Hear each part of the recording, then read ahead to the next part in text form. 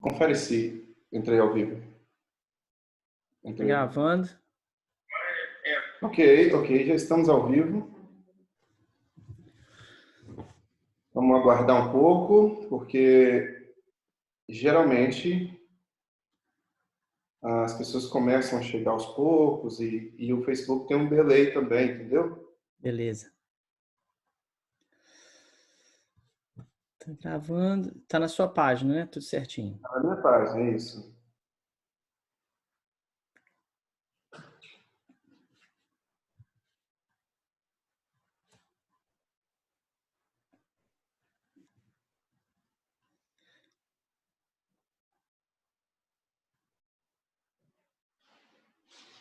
Ok. Então, beleza, tá tudo Vou ligar o certo. Instagram aqui.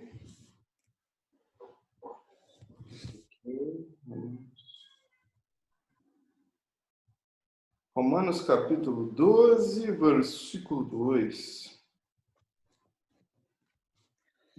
Ok. Meu amigo Ítalo Furieri. Pastor Ítalo agora, né, meu amigo? Charlie. Sempre é Charlie um Amaral. conversar com você, Ítalo. E eu estou separando essas quintas-feiras para a gente bater papo sobre a Escritura Sagrada, sobre a Palavra de Deus e também sobre temas relevantes dentro da perspectiva cristã. E eu Certo. queria que você se apresentasse aí para a turma que está assistindo a gente no Instagram ou no Facebook ou no YouTube agora. Certo. Meu nome é Ítalo. Ítalo Furieri. Eu fui nascido e criado em Belo Horizonte. Mas quando eu tinha 20 anos, eu acho, 20 anos, eu me casei com uma americana e me mudei para os Estados Unidos. Então, eu estou nos Estados Unidos já há 17 anos. E durante esse tempo eu fiz seminário aqui, me formei e, é, e no momento eu sou pastor associado de uma igreja presbiteriana aqui onde eu moro, na Louisiana. Aqui nós chamamos de pastor auxiliar. Pastor auxiliar, né? Isso.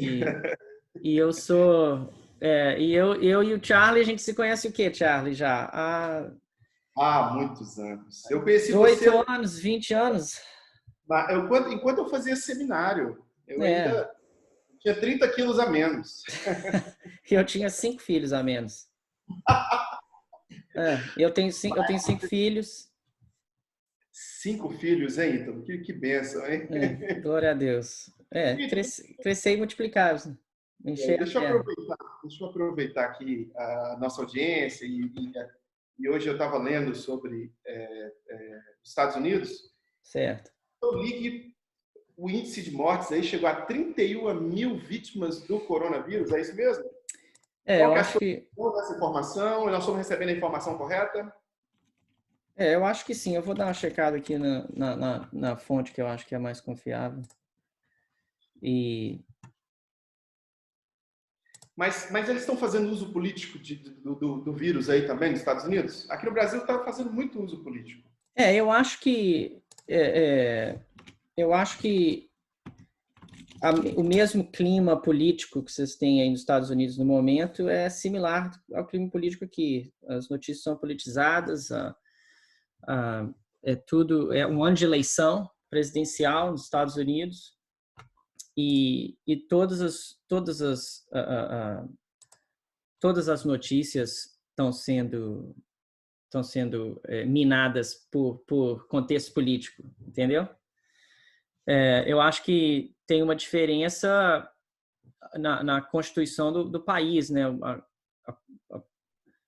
A organização política dos Estados Unidos é diferente da organização política brasileira.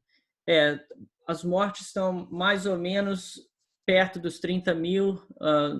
Na formação que eu tenho aqui, no momento, é um mapa que eu uso do Johns Hopkins University. Eu acho que todo mundo tá usando a informação tem sido utilizada com frequência. O número no momento são 26.708 mortes, mas para colocar em contexto, acho que todo mundo tem feito isso aí também. Os Estados Unidos têm mantido já bons records né? Índice. Índices, bons índices, boas informações com relação à morte por causa de influenza, de gripes anuais, né? E, se não me engano, eu olhei recentemente todas as informações aqui no site do CDC, e eu acho que ano passado foram 80 mil Mas fatalidades esses 31 mil, relacionadas à gripe. Isso é só 2017, perdão, 2017. E o que a gente sabe que tem acontecido, que tem vindo até de uma médica que está trabalhando na Task Force com a Casa Branca, é que todas as mortes com doenças parecidas com gripe no momento estão sendo relacionadas ao coronavírus. então eles estão fazendo aí o que eles estão fazendo aqui em São Paulo, né? Qualquer gripe ou qualquer coisa que seja próximo, eles estão jogando para a conta do coronavírus. Tem acontecido. Isso aí a gente sabe que tem acontecido, e acho que uma das diferenças aqui é que os estados têm muito mais poder executivo do que os estados no Brasil. Então, a diferença de estado para estado deve ser muito maior aqui do que seria no Brasil, entendeu? Acho que essa é uma diferença marcante da organização dos países. Os estados aqui têm muito mais força executiva, os governadores têm tomado, cada um tem tomado decisões diferentes com relação ao vírus e tudo mais. Mas olha só, por que eu perguntei isso? Porque o nosso papo aqui agora é sobre a visão de mundo, né? Cosmovisão. À luz do texto sagrado que se encontra em Romanos, capítulo 2, versículo 2, que diz assim: e não vos conformeis com este mundo, ou com este século, ou com essa cultura presente ao redor, mas transformai-vos pela renovação da vossa mente, para que experimenteis qual seja boa, agradável e perfeita vontade de Deus. Não vos conformar. É um conselho de Paulo aos cristãos, né? O cristão, ele deve manter a mente dele não conformada à visão de mundo do que ele chama de mundo, né? Então, a Bíblia diz que o mundo jaz o maligno, e aí Paulo vem aconselhar o cristão a manter a mente dele longe, distante dos valores do mundo, no sentido de se amoldar ou de se conformar. Não vos conformeis com esse mundo. Nós damos o nome para essa formatação de visão de mundo, que a visão de mundo ela vai sendo formatada ao longo dos anos, né? Correto. Então, vamos bater um papo aqui sobre formatação da cosmovisão. Isso. O que é cosmovisão? Vamos tentar definir cosmovisão aqui juntos. Cosmovisão é esse alicerce, é essa base onde você constrói a sua realidade.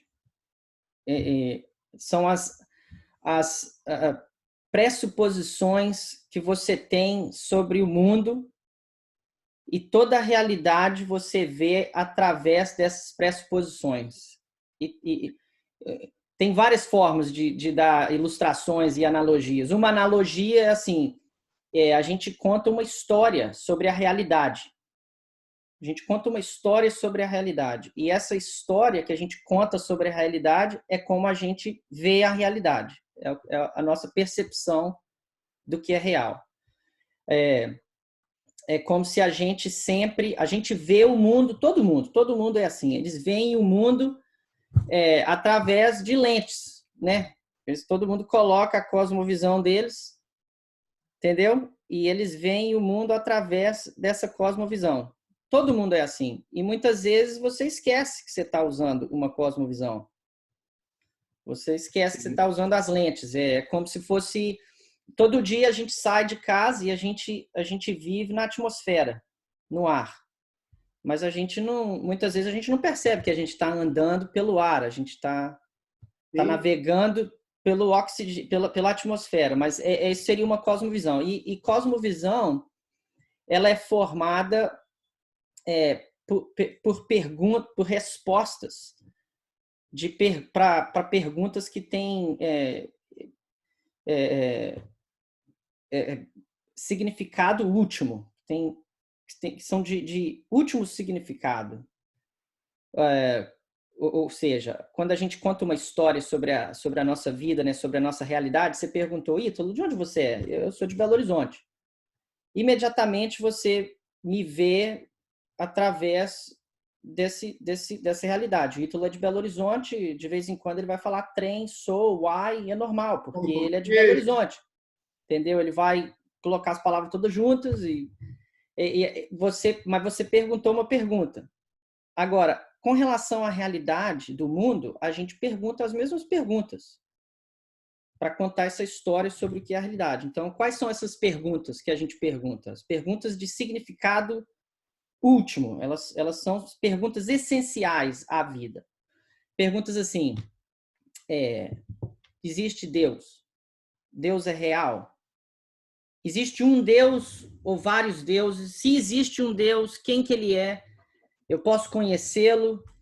De onde que eu vim? Qual que é o caráter dele? A primeira pergunta. Outra pergunta é, de onde que vêm os seres humanos? O que é o homem? O homem é diferente de um cachorro? O homem é a mesma... Qual que é o valor do homem? O homem tem um valor... O homem o ser humano é especial? Ou ele é como todos os outros animais? Para onde que eu vou quando eu morro? O que acontece quando eu morro? Essa pergunta é pergunta de significado último. O que é interessante é o seguinte, eu gosto dessa... Cachorro, golfinho, chimpanzé, alface, eles não estão perguntando essas perguntas, entendeu? São perguntas que seres humanos perguntam. E a gente olha pelo mundo, a gente olha para o mundo através das respostas para essas perguntas. A cosmovisão, ela é particular, a visão de mundo, ela é muito particular dos seres humanos no sentido de que eu sempre, quando eu falo sobre cosmovisão, eu digo que é um conjunto de suposições, de crenças, é o que formata a nossa visão a respeito do outro, a respeito da religião, do transcendente. Então, todos eu até diria suposições, eu até diria pressuposições. Exatamente, isso. Elas são... O que nós temos como cosmovisão? O que nós temos como cosmovisão? Nós temos, por exemplo, deixa eu dar exemplo de duas cosmovisões. Nós temos uma cosmovisão cristã. Uhum. Essa cosmovisão cristã, ela tem características peculiares, práticas. Nós temos uma cosmovisão não cristã. Vamos pegar uma cosmovisão marxista, que ela tem pressuposições e tem também peculiaridades. Isso. O que acontece? A cosmovisão cristã, ela tem no bojo conceitual dela, ela tem ali na epistemologia dela, ela precisa de ter fé em Deus. Então, se eu sou cristão, eu enxergo o mundo, eu vejo o mundo como a existência de Deus. Se eu tenho uma cosmovisão marxista, eu já olho para o mundo e eu não tenho a necessidade de enxergar um Deus. Isso mesmo, você já... Então, se a gente fosse analisar as pressuposições de alguém que vive com uma cosmovisão bíblica, né? Ele vive, a realidade dele é organizada através dessa visão bíblica, da Bíblia. Por exemplo, uma delas é conhecimento. Eu acho que é uma coisa interessante. Como é que outras cosmovisões... Acho que isso é importante também, que você falou. O marxismo é uma cosmovisão. O marxismo clama ter uma explicação compreensiva da realidade. Entendeu? O marxismo não fala só sobre matemática, ciência ou sociologia. Eles têm pressuposições sobre a origem do universo. De onde que veio o universo? Alguém que é comunista, ou socialista, ou marxista, ele tem uma cosmovisão sobre a origem do universo e sobre o valor do ser humano também, entendeu? Eles têm uma explicação compreensiva para toda a realidade. Então, se há Deus no marxismo, a resposta é não. Por quê? Porque o mundo é material. Essa é a cosmovisão. Eles olham para o mundo e só existe o materialismo. Não existe alma. Não existe verdade, porque verdade não é material. Embora... Aí a gente começa... Essa é parte de outra parte da nossa discussão, eu acho, de outra parte do bate-papo. Quando a gente começar a falar assim, bom, você fala que não tem nada material, mas aí você clama que isso ou aquilo é verdade. Verdade, na realidade, seria uma coisa imaterial, assim, no sentido de valor, ou morais, um valor moral e material. Mas o todas as cosmovisões são assim. Budismo é assim. Espiritismo, que é prevalente no Brasil.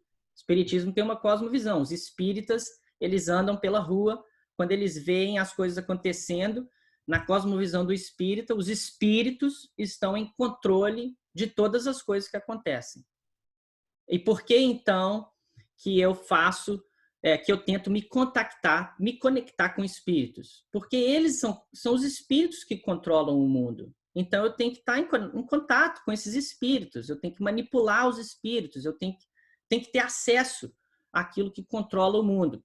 E todo mundo tem uma cosmovisão. E eu acho que o que eu e você queremos conversar é o seguinte: como é que aquele que tem uma cosmovisão bíblica, como é que ele olha para o mundo? Como é que a Bíblia descreve o mundo realmente, Charlie?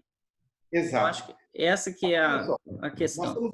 Nós temos um problema aí, Ítalo. Eu acho que nós temos um problema aí. Tanto aqui no Brasil quanto aí nos Estados Unidos também vocês passam pelo mesmo problema. Nós temos a cosmovisão cristã, que é a visão de mundo cristã, que Paulo diz, não vos conformeis com o mundo, ou seja, não vos conformeis com outra cosmovisão. Isso. Mas transforme a vossa mente. Pela renovação da vossa mente. Para que experimenteis qual seja boa, perfeita e agradável vontade de Deus. Então aqui nós temos uma cosmovisão e ela não se mistura com a cosmovisão do mundo. Só que o que acontece é que nós desenvolvemos uma habilidade, um jeitinho brasileiro e americano de nós pegarmos água e óleo muitas vezes e misturarmos. Ou tentar misturar, né? Porque a minha cosmovisão é o seguinte, Charlie, que água e óleo não se misturam, você não pode misturar. Exatamente. E aí, na nossa cultura, muitas armadilhas foram colocadas para que o cristão caísse nessas armadilhas e imaginasse que, de alguma forma, existe possibilidade de você ser cristão, ter a cosmovisão cristã, mas aceitar. Eu não estou dizendo divergir, respeitar. Eu estou dizendo aceitar. Aceitar na sua prática diária, aceitar na sua prática pressupostos da cosmovisão não cristã. Correto. Né? Aquele cristão não praticante, ou a visão do cristão permissivo, que, de certa forma, enxerga a Escritura como algo relevante, importante, enxerga Jesus como alguém que, de fato, o salvou, mas na hora que ele sai do templo, ele está lá fora, o mundo acaba corrompendo o coração dele, corrompendo a cosmovisão dele, e ele começa a enxergar para as coisas materiais sem a fé necessária, sem a devoção a Deus necessária, e muitas vezes relativizando a moral, os padrões, etc. Né? E até assim, acho que o motivo para a gente estar fazendo esse bate-papo é esse. Quando eu penso no povo de Deus, quando eu penso no crente, no cristão, onde ele estiver, eu penso assim, ele precisa formar uma cosmovisão. E quando Romanos fala, experimenteis qual seja a boa, agradável, perfeita vontade de Deus, vontade ali em Romanos 12:2 não quer dizer só esse plano perfeito de Deus que ele tem para você pessoalmente. Quer dizer a revelação de Deus da realidade. A vontade de Deus, por exemplo, quando Deus se revela e ele fala, olha, vocês vão viver dessa forma, é assim que você vai viver. Essa é a vontade de Deus. Então você tem que conhecer a vontade de Deus, saber o que a Bíblia fala que é a vontade de Deus, está revelado para a gente na Bíblia. E isso vai influenciar diretamente na sua vida diária. Exato. Influenciar nas suas escolhas. Olha para você ver. E aí olha só, Thiago, pensa aqui. E o problema que a gente tem como crente, muitas vezes é esse. Na nossa formação, quando a gente fala, eu creio no Evangelho. Jesus disse, siga-me, e eu falei que eu vou seguir Jesus. Eu começo a formar uma cosmovisão bíblica. O que acontece muitas vezes é que a vida fica complicada, a vida aumenta em complexidade, entendeu? Quando a gente continua vivendo, a gente vai crescendo, coisas acontecem, entendeu? Quando eu tinha uma filha, a minha filha mais velha tem 12 anos. Quando ela tinha 2 anos, eu não tinha os mesmos problemas, mesmas preocupações que eu tenho hoje. O mundo está ficando mais complexo para mim, como pai. Eu preciso de ter uma cosmovisão forte o suficiente para sustentar o peso desse aumento de complexidade. Eu preciso de realmente saber o que a Bíblia ensina sobre tudo, sobre o mundo.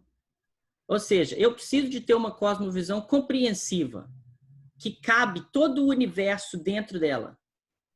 Eu preciso de ter uma cosmovisão que, se ela fosse uma ponte, para dar a ilustração de uma ponte, se ela fosse uma ponte, eu tenho que conseguir dirigir por cima dessa ponte o peso de todo o universo. O problema de muitos crentes, de muitas pessoas que clamam ser cristãos, é que eles não pensam, realmente eles não pensam que a Bíblia, ou eles não foram ensinados.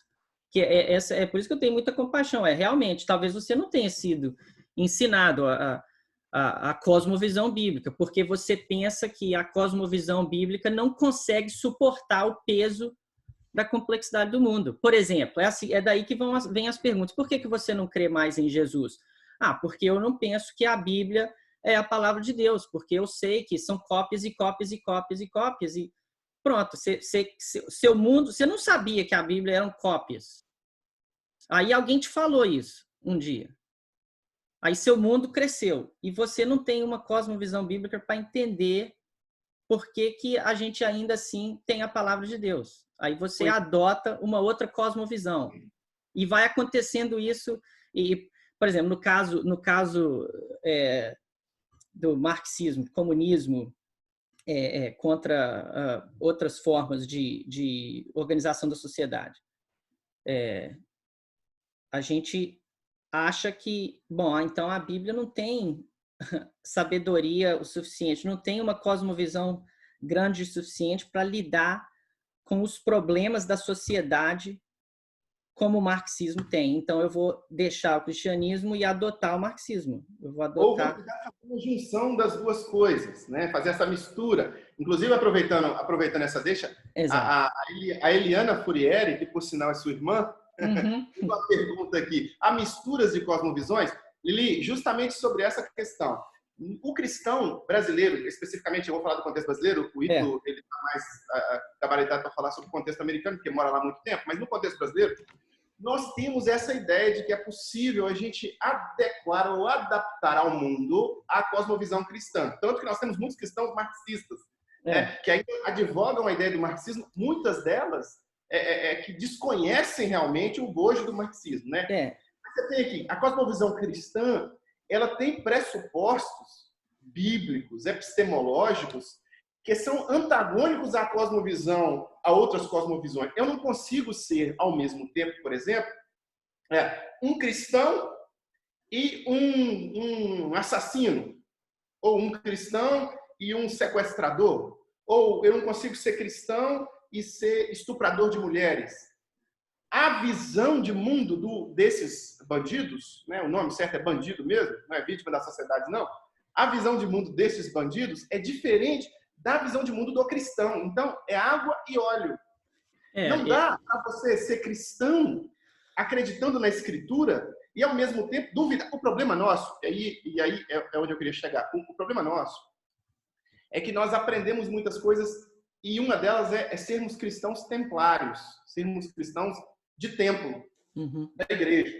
Né? Na nossa cultura brasileira, nós temos muita influência do catolicismo romano. Você viveu essa influência por 20 anos na sua vida aqui, agora é um pouco diferente aí, mas o nosso brasileiro, nós aprendemos a estar muito no templo, né? E aí depois isso passa também para as igrejas evangélicas, e ali no templo nós cantamos, adoramos e tal. Aí quando fecha a porta do templo e você sai, parece que de alguma forma você deixou Deus lá no templo, né? A Arca da Aliança ficou o Santo dos Santos guardou Deus, e aí, de alguma forma, você também deixou lá alguns valores, porque lá dentro você canta coisas que aqui fora você não vive, né? Tudo entregarei. Mas esse é o ponto. Então, mas o ponto é assim, você faz isso porque você está vendo o mundo de uma forma determinada. E a gente até explica, né? Assim, formas. É bom que você falou que tem uma grande diferença entre. Tem uma diferença entre o que acontece aqui no cristianismo e o que acontece no Brasil com o cristianismo. E uma das diferenças é que catolicismo romano aqui é bem diferente do catolicismo aí no Brasil, tá? É crente, né? É bem crente mesmo. Eu diria que tem livros de teologia que eu me sinto mais confortável lendo de um romano católico do que lendo de um evangélico batista. Sim, eu sei como é que é. Você sabe o que eu estou falando. Uhum. Então, assim, você faz essa ideia do crente templário.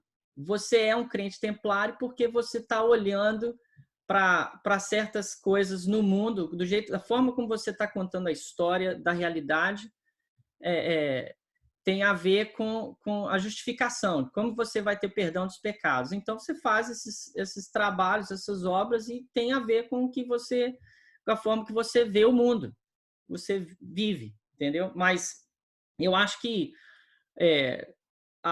assim, hoje em dia, se eu fosse colocar assim, o que é mais marcante na cosmovisão hoje em dia, não só hoje em dia, mas o que é mais marcante na cosmovisão de uma pessoa que afeta mais, assim, maior parte das decisões dela, da vida dela? Eu acho que a coisa mais assim, marcante, mais distinta na cosmovisão bíblica é a autoridade.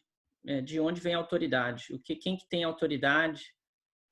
Que é uma autoridade? Que são fontes de autoridade? Quem que é uma autoridade? Quem que tem poder sobre a sua vida Se você realmente? Se você é cristão, automaticamente a resposta já vem. Deus, né? O Deus de Israel, o Deus do povo, que trouxe o povo até a construção, até toda essa dinâmica de cristianismo que nós vemos hoje, a palavra de Deus e Jesus como o centro de todas as coisas. Então, Jesus, a vida do cristão, a cosmovisão do cristão, ela é centrada em Cristo Jesus, nos ensinos de Jesus, na relação pessoal do cristão com Jesus, e fundamentada no texto sagrado da palavra de Deus. Só que o que acontece é que, a gente está envolvido num mundo. E aí eu sempre digo que o cristão, ele é um forasteiro. Ele está aqui nesse mundo, mas ele não é desse mundo. Ele está de passagem aqui. Ele vai ficar 100 anos aqui. Então, e neste mundo, muitas das cosmovisões formatadas ao redor do cristão são formatadas com uma certa hostilidade a Deus, a palavra de Deus, e a centralidade da vida das pessoas em Jesus. Então, muitas vezes, Deus não é bem-vindo nos ambientes acadêmicos, Deus não é bem-vindo, e qualquer coisa que se ligue a Deus, né? No sentido do Deus cristão, dessa centralidade nas escrituras sagradas, dessa centralidade na palavra de Deus, nesses ensinos de Jesus. Você vê hostilidade no meio acadêmico, que tem uma cosmovisão específica, especialmente quando a gente vê os nossos cursos de humanas, por exemplo, formatados todos no materialismo dialético marxista, né? Sempre a visão de mundo é que a religião é o ópio do povo, a frase básica de Karl Marx, né? A hostilidade à religião, e os discípulos da religião marxista também seguem esse princípio, apesar de eles não se colocarem como religião, mas eles têm os mesmos princípios que qualquer outra religião. Eles têm o seu papa, eles têm sua liderança. E você pode, assim, uma estrutura que todo mundo usa para todo mundo eu falo assim, todo mundo que anda, ser humano, tende a contar a história da realidade com essa estrutura que tem origem. A gente veio de algum lugar a gente saiu, tem uma origem, alguma coisa deu errado, alguma coisa está errada, todo mundo concorda. Eu não vejo ninguém hoje em dia falando, não, tá perfeito, a gente não precisa fazer nada. Não, todo mundo concorda. Ó, então, a gente tem criação, queda e redenção. A gente precisa de achar uma solução para o que está acontecendo. Essa é uma ótima... É assim que a Bíblia organiza a realidade, na verdade. E dentro de cada uma dessas perguntas, a gente tem respostas também sobre... perguntas sobre Deus, perguntas sobre conhecimento, o que é conhecimento, epistemologia, sobre ética, o que é certo, o que é errado, enfim. Mas como é que, por exemplo, como é que o marxismo responde a perguntas sobre origens? A gente sempre existiu, só existe o material. Seria uma explicação darwinista, seria uma explicação de Sagan. Talvez o cosmos sempre existiu, matéria é eterna e a gente sempre existiu. E vai ser uma explicação materialista, entendeu? E eu e você somos só objetos, na verdade, né, Charlie? A gente, na verdade, a gente está vivo porque a gente sobreviveu a uma história de violência, porque várias outras pessoas que não eram tão fortes como nós, elas morreram pela história e os genes, a genética deles não sobreviveu. Seria essa explicação, entendeu? Explicação das origens. Mas o que deu errado? O que deu errado, uma das coisas que deu errado foi o ópio das massas, né? Foi a religião.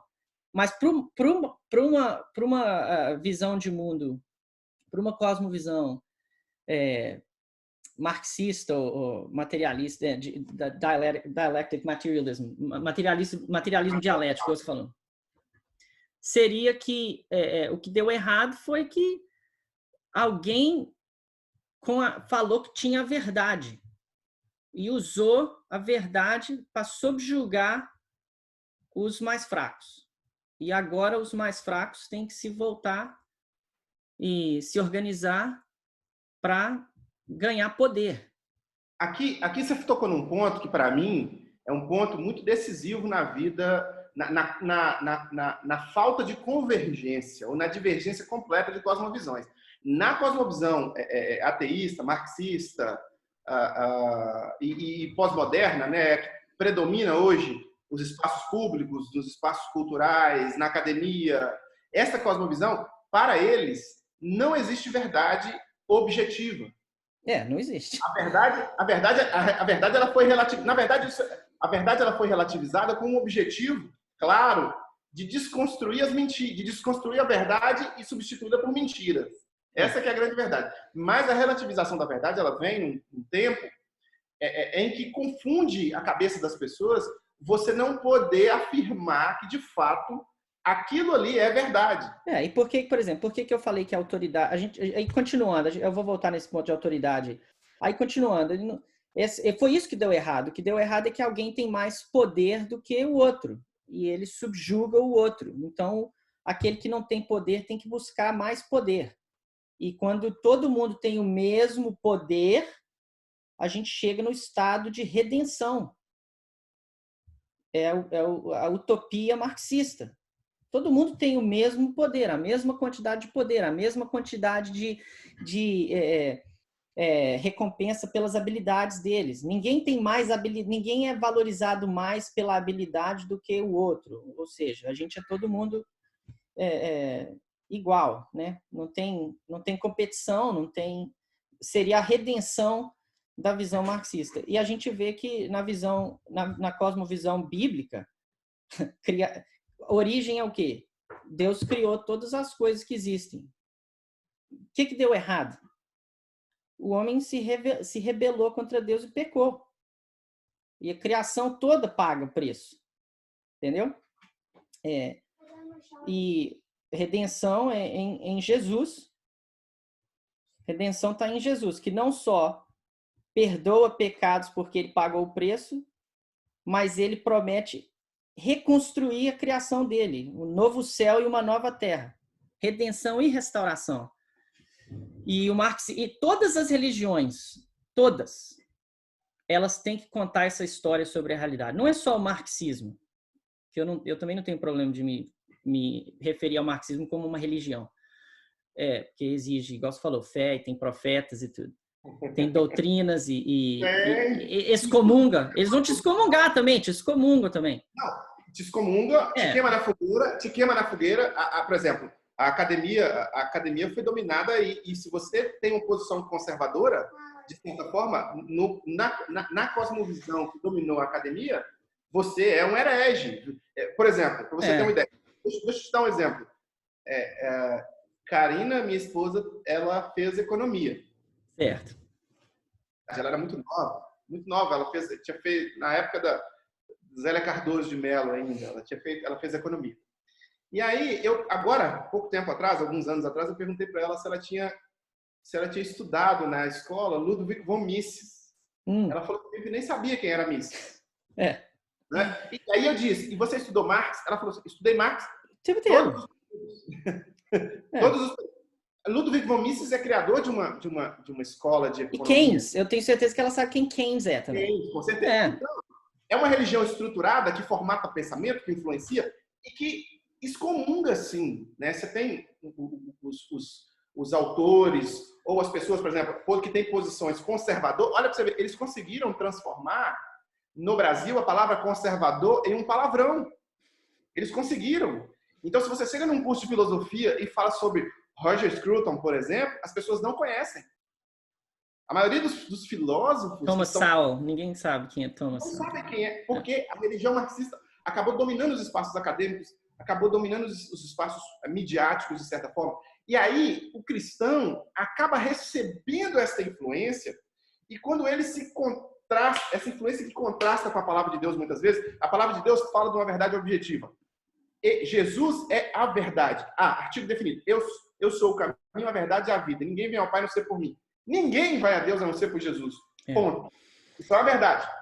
Quando você chega na perspectiva dialética, marxista e tudo, não, essa é a sua verdade. Você está tentando me controlar, Thiago. Por que você está tentando me controlar com a sua verdade? Nós temos outras verdades. Você está tentando ganhar poder sobre mim e tirar o meu poder. Mas isso é prevalente na história do comunismo e socialismo, é isso. Isso. Então o que eu estou querendo frisar com a ideia? E trazendo de volta a palavra de Paulo, né, à igreja, né, aos Romanos, capítulo 12, 2. O mundo vai ser formatado de acordo com a cosmovisão que vai mais lhe agradar. O cristão, ele não tem a opção de ter a sua cosmovisão formatada de acordo com o seu próprio coração, porque a cosmovisão cristã, ela não é antropocêntrica, ela não é hedonista, ela não prega a ideia de prazer ou de se satisfazer a todo custo. Do tipo, se você está feliz, tudo bem, o importante é ser feliz. Essa não é uma mensagem cristã, essa é uma mensagem que vem contra o pensamento cristão, mas muitas vezes ela acaba entrando no Sem pensamento dúvida. cristão. E eu acho isso, e isso que eu acho importante. Eu acho que ela entra muitas vezes porque parece que o que eles estão, a cosmovisão que eles estão te oferecendo realmente explica melhor a realidade, ou te oferece uma redenção melhor do que uma outra cosmovisão. Isso aí eu acho importante entender. Eles lidam com complexidades que você quer lidar com elas também, como crente. Mas eles lidam com elas através da cosmovisão deles. Se você não sabe como a cosmovisão bíblica lida com essas complexidades, você cai na tentação de pensar que a cosmovisão bíblica simplesmente não é adequada para explicar a realidade. Sim. Por exemplo, dá um exemplo aí, Thiago. A gente tem vários. Dá um exemplo aí. Eu tenho um professor, Dr. Sam Williams. Ele tem um currículo invejável. Ele dá aula em Southwest, dá aula aí, e eu fiz uma pós-graduação que ele foi o professor e ele me contou para toda a turma uma experiência que ele teve. Ele estava dando uma palestra aqui em Belo Horizonte para várias pessoas da área da psicologia, que é a minha área, e aí ele dizia que a Bíblia era suficiente. Olha só, esta é uma perspectiva da cosmovisão cristã. A Bíblia é suficiente para o cristão, para a alma humana. Aí uma das psicólogas levantou a mão e disse, olha, senhor vai me desculpar, mas eu não acredito. Eu estou dizendo de um grupo de cristãos e uma psicóloga cristã. Olha, o senhor vai me desculpar, mas a Bíblia ela não é suficiente para a alma humana. A resposta dele foi: você está precisando conhecer melhor a sua Bíblia. O grande problema, e é o grande problema mesmo, é que os cristãos, eles conhecem pouco a Bíblia. E aí, quando eles são confrontados lá fora, com a vida prática, eles não sabem onde recorrer. Josué diz: não te apartes da tua boca o livro desta lei. Antes medita nela dia e noite, para que tenhas o cuidado de fazer tudo quanto nela está escrito, e você vai ser bem-sucedido, e os seus caminhos vão prosperar. Lâmpada para os meus pés é a tua palavra, luz para o meu caminho. Escondi a tua palavra no meu coração, para não pecar contra ti. Então, quer dizer, a Bíblia, ela tem que ser alimento diário do cristão para formatar a cosmovisão dele. Eu sempre gosto de dar um exemplo seguinte. O estudante, por exemplo, na área da psicologia, que é a área que eu dou aula, que é a área que eu né, tenho certo conhecimento, na psicologia, cara, você passa com as cartas de Freud ali 4 horas por dia, por exemplo. Você vai estudar as cartas de Freud, você vai fazer um trabalho sobre as cartas de Freud, você vai ler. E com as cartas de Paulo, quanto tempo que aquele cristão vai passar? 40 minutos, 1 hora durante o culto, na hora que o pastor abriu a Bíblia. Então, é uma disputa. Realmente, se eu passar muito tempo lendo determinado texto, deixando aquele texto, ou me expondo a determinadas coisas, e passar quase nada no outro, infelizmente, essa cosmovisão aqui, ela vai me colocar em xeque o tempo inteiro. Então, eu acho que o mesmo rigor, né? O mesmo rigor tem que ser dado a palavra. E eu digo assim também, eu tenho convicção que você... Porque é o que a Bíblia ensina, né? Por isso que eu tenho... Na verdade, até, toda cosmovisão precisa se avaliar por si só. Isso é um ponto importante também. Você não pode usar uma cosmovisão, ideias de uma outra cosmovisão para avaliar. Por exemplo, você não pode usar ideias marxistas para avaliar a cosmovisão bíblica. Entendeu? A cosmovisão bíblica tem que ser coerente. Ela mesma tem que se avaliar. E o marxismo tem que ter elementos na sua própria cosmovisão para se avaliar a si mesmo. Por que eu estou falando isso? Porque quando a gente fala sobre ciência, por exemplo, sobre psicologia, Deus criou o mundo. Na verdade, a Bíblia fala que Deus se revelou na natureza. Entendeu? Que eu posso observar, o que Paulo fala, é o que salmista falou, que o fenômeno eu posso avaliar, eu posso ver a natureza e eu vou aprender. Deus se revelou para mim na natureza. É o que a Bíblia ensina. Porém, de acordo com a cosmovisão bíblica, os meus sentidos, eu, como um ser humano, eu não tenho a capacidade de ler a natureza para entender quem que Deus é. Eu perdi essa capacidade quando a queda veio. É o que a Bíblia ensina. E isso afeta a ciência, isso afeta a sociologia, isso afeta a psicologia. Ou seja, eu não posso aceitar tudo que vem da natureza como pressuposto. Porque eu tenho que estar sempre suspeito da capacidade do ser humano de entender a natureza sem a revelação. Deixa eu dar 2 ilustrações para ajudar a entender isso aí. Pensa assim, Deus escreveu 2 livros. Um livro foi o livro da natureza. É como se fosse um livro. E quando Deus escreveu o livro da natureza, e o homem é parte da criação, o homem conseguia ler a natureza com perfeição. Mas depois da queda, depois do pecado, a Bíblia fala que alguma coisa aconteceu, teve uma mudança metafísica na natureza, que o homem não tem mais condições de ler a natureza com perfeição. Ou seja, esse livro que o homem quer ler, que é a natureza, ele não consegue ler mais. É por isso que Freud, tentando ler a natureza sozinho, chega a tantas conclusões que são antitéticas, são antagônicas ao cristianismo. Entendeu? Agora, eu reconheço que tem vários cientistas que chegam a conclusões que estão de acordo com a cosmovisão bíblica. Mas é porque permanece no homem o quê? A gente entende por quê? Porque o homem foi feito na imagem e semelhança de Deus. E essa imagem não foi absolutamente destruída com a queda. Tem uma frase do C.S. Lewis, que ilustra bem isso que você está dizendo. Se não me engano, é do C.S. Lewis mesmo. Ele diz assim: eu creio em Deus como creio no sol, não porque posso vê-lo, mas que por meio dele posso ver todas as coisas. Eu creio em Deus como creio no sol, não porque posso vê-lo, mas porque por meio dele posso ver todas as coisas. Ou seja, Deus influencia o cristão, a perspectiva cristã tem em Deus a influência direta para enxergar. Luz para os meus pés é a tua palavra, né? Lâmpada para os meus pés é a tua palavra, luz para o meu caminho. Então, eu busco na palavra de Deus, nos ensinos de Jesus, essa lente, né? Eu tiro o óculos aqui, eu já enxergo bem embaçado, eu coloco para enxergar o mundo. O mundo, ele vai estar, muitas vezes, antagônico à fé cristã. Essa semana, uma jovem me mandou um áudio de um professor dela que fazia sérias críticas a uma perspectiva, uma visão cristã de mundo. E ele fazia todas as críticas baseadas na perspectiva de mundo dele, dialética, marxista. Só que, quando ele fazia a crítica dele, e interessante é isso, ele se colocava como cientista da história.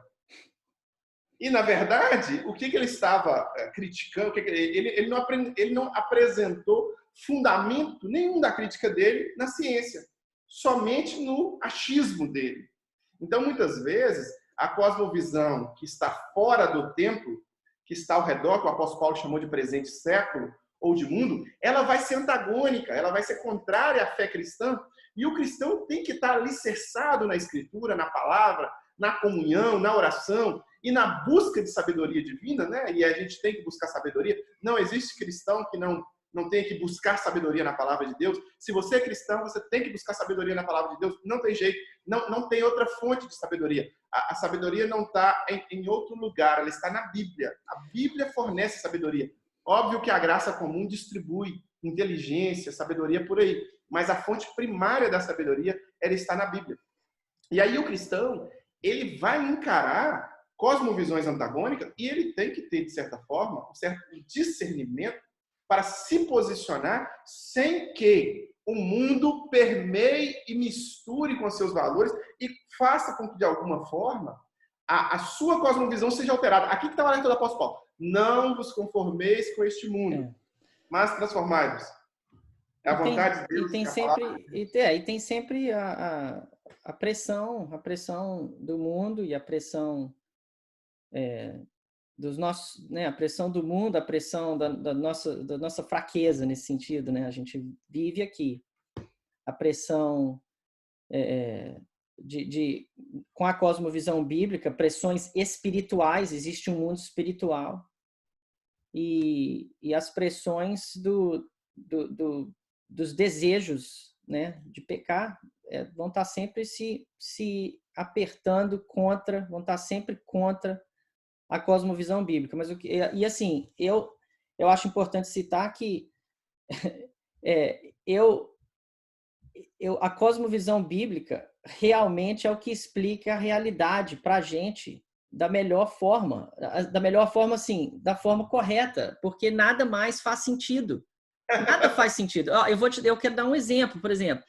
Quando alguém vira e fala assim, bom, eu fiz uma pesquisa e a minha pesquisa, através de observação científica, eu vi que, vamos supor aí, o apêndice foi deixado, né? É um resquício da evolução. Isso é coisa antiga. Acho que todo mundo já sabe que o apêndice, na verdade, tem um uso muito especial no corpo humano, né? Mas quantas pessoas tiveram o apêndice removido porque médicos estavam agindo de acordo com a cosmovisão deles, né? Eles falam, o apêndice, a gente está aqui fazendo uma cirurgia abdominal, vamos tirar logo o apêndice, porque foi deixado aí pela evolução, resquício evolução. Então, ele agindo de acordo com a cosmovisão dele, mas a pesquisa foi feita, né? Fizeram pesquisa, a gente não sabe o que é. Mas pensa só, uma pessoa que acredita em evolução, ele não tem, na cosmovisão dele, ele não tem justificativa para aceitar o que a mente dele conclui, ele não tem motivo para aceitar o que os olhos dele veem, ele não tem motivo para aceitar nada disso, porque tudo foi feito caoticamente, não tem ordem em nada, não tem motivo, não tem propósito, não existe certo nem errado, não existe verdade. Se não existe verdade, para que eu estou fazendo pesquisa? Eu nunca vou chegar à verdade. Mas eles agem como se houvesse a verdade. Aí eles querem criticar o cristianismo, eles querem criticar a gente. E, na verdade, o cristianismo está em poder, a gente tem em nossas mãos a melhor forma de conhecimento que existe, que é revelação. Revelação é uma forma de adquirir conhecimento. Claro que ou seja, vamos explicar essa palavra, revelação. Eu vou explicar. Revelação, essa aqui, essa revelação. Isso. A melhor forma de saber alguma coisa, de acordo com a cosmovisão bíblica, é revelação. Claro que se você vive de uma forma materialista, com a cosmovisão materialista, revelação, nem existe revelação. Mas quando você vive com a cosmovisão bíblica, você pensa, não, Deus se revelou para a gente. Tudo que a gente precisa saber sobre Deus foi revelado. E foi revelado como? Foi revelado na palavra. E aí a gente pensa, mas Ítalo, mas Charlie, só na palavra, Charlie? Eu não recebo uma revelação individual? Não, a Bíblia fala que não. Sabe por quê? Porque Deus se revelou completamente em Jesus. É o que a Bíblia fala. A Bíblia fala que esse tipo de revelação acabou, cessou. Por quê? Porque Jesus é o clímax, é o ápice da revelação de Deus. Você tem na sua Bíblia aí a revelação de Deus para o homem. O problema... O melhor jeito de saber. Agora, eu acho assim, que quando a gente pensa como cristãos, a gente pensa que a minha cosmovisão é inadequada. Eu estou sentindo as pressões e eu não tenho como justificar a minha cosmovisão. A gente precisa fazer um trabalho melhor em conhecer as escrituras, em conhecer a cosmovisão bíblica, para a gente ver que, poxa, realmente, eu entendo o mundo, eu tenho a ferramenta, eu tenho as lentes adequadas para ver o mundo como ele realmente é. Sim. Ô, Ítalo, eu estou aqui olhando a hora aqui, a gente já está quase terminando. Antes de terminar, eu queria que você desse uma palavra aí sobre a importância do cristão, sabe? O que você pensa a respeito disso, claro. A importância do cristão é fundamentar a visão de mundo dele, fundamentar de fato, fazer escolhas, fazer reflexões a partir, na prática diária, no dia a dia, a partir da Escritura, a partir da palavra, certo, da revelação. Certo, vamos falar um pouco sobre tudo, quando você vive, tudo que você faz é afetado pela forma pela forma com a qual você vê a realidade, pela sua cosmovisão. Se você tem uma cosmovisão bíblica realmente, quando você olhar para o mundo, você vai olhar para o mundo através da sua cosmovisão e vai agir de acordo com a sua cosmovisão. Para mim, por exemplo, acho que uma das grandes... Eu mencionei a autoridade mais cedo no nosso bate-papo aí. Por que eu mencionei isso? Porque eu sou pai, eu tenho 5 filhos, eu sou um pai, entendeu? De acordo com o mundo hoje, a cosmovisão do mundo, assim, de várias outras religiões e aqui socialismo, marxismo é muito prevalente também. vocês devem saber disso. De acordo com essa cosmovisão, eu não tenho nenhuma autoridade sobre meus filhos. Entendeu? Eu não tenho autoridade de falar nada para eles, de ensinar nada para eles. Mas já coisa antiga também. Platão, na República, né, que ele escreveu, Platão explicava que era o que a gente devia fazer, dar os nossos filhos para o Estado. Na verdade, Platão, vocês não vão acreditar, ele era filósofo, né? Para quem que você acha que você devia dar os filhos, Charlie? Para os filósofos, claro. Né? Então, eles que vão ensinar seus filhos. Tá? Então, assim, eu não tenho... Fala, Charlie, fala. Não, aqui também a gente tem isso. Recentemente, a subprocuradora do Estado aqui, Débora Duprá, advogava a ideia de que nós não podemos, de que, de fato, a educação da criança, inclusive, observe, como é que isso penetrou na cultura. Se eu falar para qualquer brasileiro assim, lugar de criança ele vai responder escola. E a escola é governada por quem? Pelo Estado. Pelo MEC. O Estado dá cartilhas para a escola. Então, o que acontece? Lugar de criança, ser educada, ser formada, é com os pais.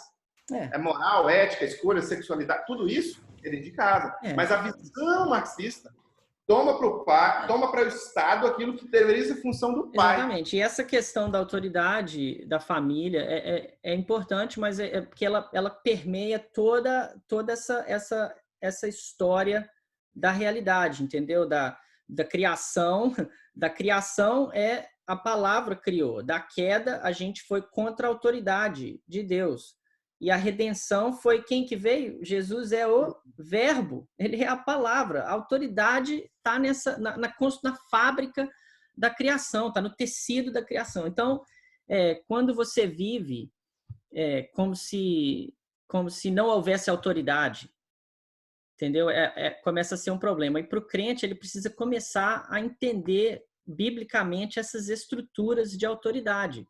Por exemplo, Deus é autoridade, como o Charlie falou, mas Deus estabeleceu autoridades. Ele estabeleceu. Eu tenho autoridade dada por Deus para mim como pai sobre os meus filhos.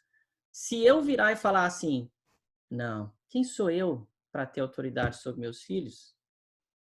O que eu estou fazendo na realidade, eu tô agindo com orgulho, falando, não, Deus não sabe o que ele está fazendo. Eu não posso ter autoridade. O que eu penso é assim, tem gente que pensa que essa seria a postura de humildade. Quem sou eu? Aí Deus fala, você é o pai. Eu te criei, eu te fiz pai dessas crianças. Você é o pai. E a gente começa a esquecer essa estrutura de autoridade que existe na criação. Você foi criado como pai para ser pai dos seus filhos. Deus deu dons espirituais. Realmente Deus deu dons espirituais para pessoas, para homens na igreja, para serem líderes na igreja. Realmente aconteceu, está na Bíblia. Jesus realmente tem autoridade sobre a igreja. Através de quê? Através da palavra. A autoridade é importante. Por exemplo, se vier amanhã, eu te garanto, se amanhã sair um achado arqueológico que fala, a gente achou um achado arqueológico, é o corpo de Jesus.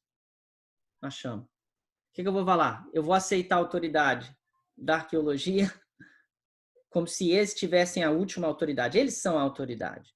Ou vou aceitar a autoridade da palavra de Deus? Em quem que eu vou? Qual autoridade que eu vou seguir? Eu vou seguir a autoridade. Quando a autoridade vira e fala assim, olha, isso é real, isso está acontecendo no mundo inteiro, está acontecendo no Brasil. A autoridade fala assim, gente, o Brasil tem muita gente, a gente vai morrer de fome no Brasil, a gente tem que abortar algumas crianças. Eu vou escutar a autoridade geopolítica ou eu vou escutar a autoridade de Deus, que fala que, não, crianças são uma bênção, eu quero que vocês tenham muitas crianças, não abortem crianças, por favor.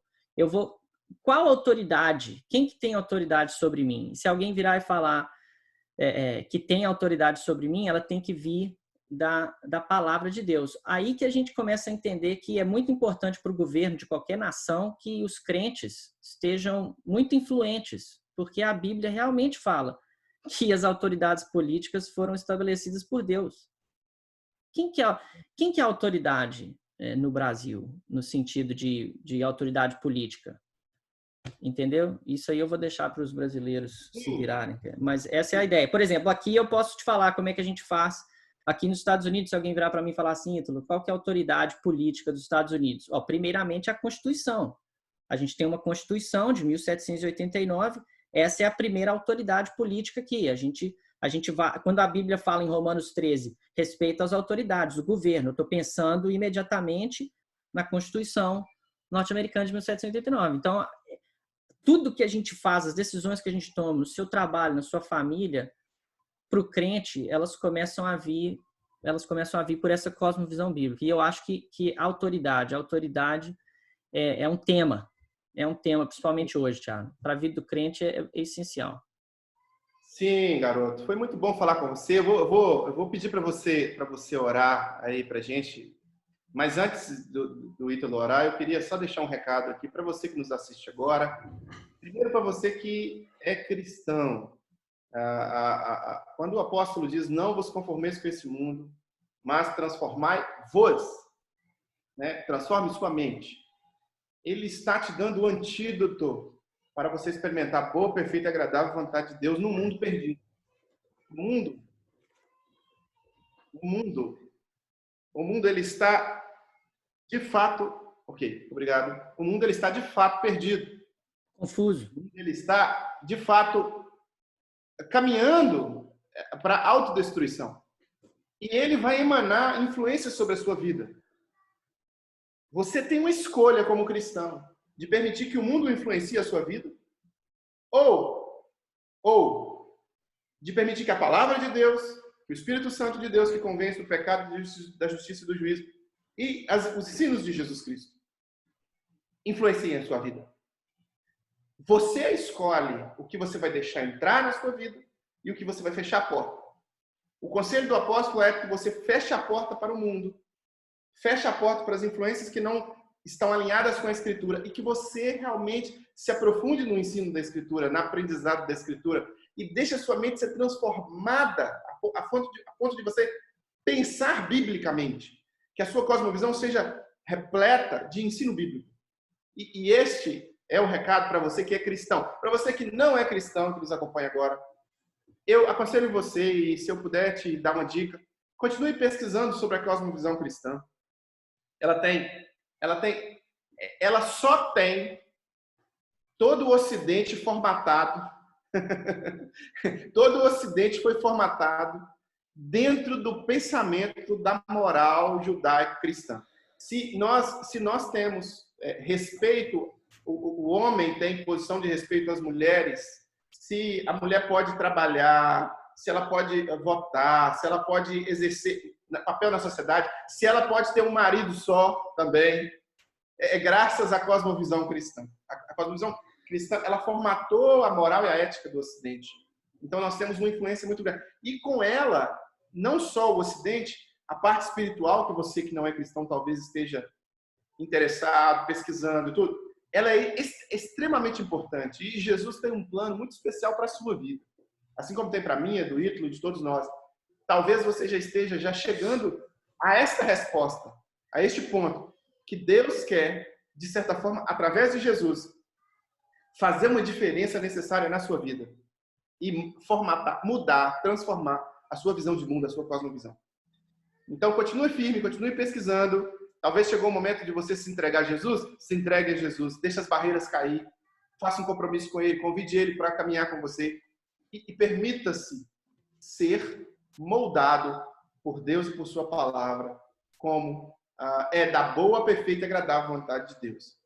Que Deus te abençoe. O Ítalo vai fazer uma oração agora por nós, por nossas famílias, para que Deus realmente esteja conosco. E depois a gente vai estar encerrando esse momento de bate-papo para nós. Vamos lá.